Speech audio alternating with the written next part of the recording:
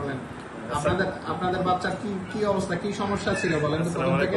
আসসালামু আলাইকুম। আমাদের যখন বাবুর 28 সপ্তাহ তখন বাবুর মাথার মধ্যে হাইড্রোকেফালাস ধরা পড়ে, মানে পানি জমা ধরা পড়ে, মায়ের পেটে ছিল, মায়ের পেটে ছিল, এবং একজন পেটোম্যাটারনাল স্পেশালিস্ট এই বাবুকে তখন অ্যাবর্শন করে বলে। আমরা করি নাই, আমরা সহধর্মিনী এই যে ডাক্তার নেফার রহমান স্যারের খোঁজ পাই অনলাইনে, আমরা ওনার সাথে যোগাযোগ করি। স্যার এখানে আসি, স্যার আমাদেরকে আশ্বস্ত করেন আমরা ডেলিভারি তখন অ্যাবর্শন করাইনি।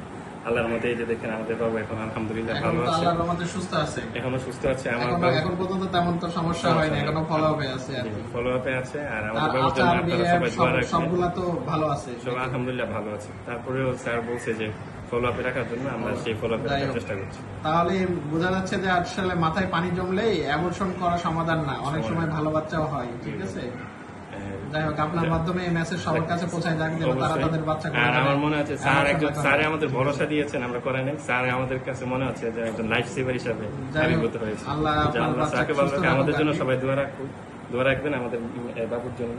আল্লাহ যেন আমাদের বাবুকে এখন সহি সালামতে রাখেন।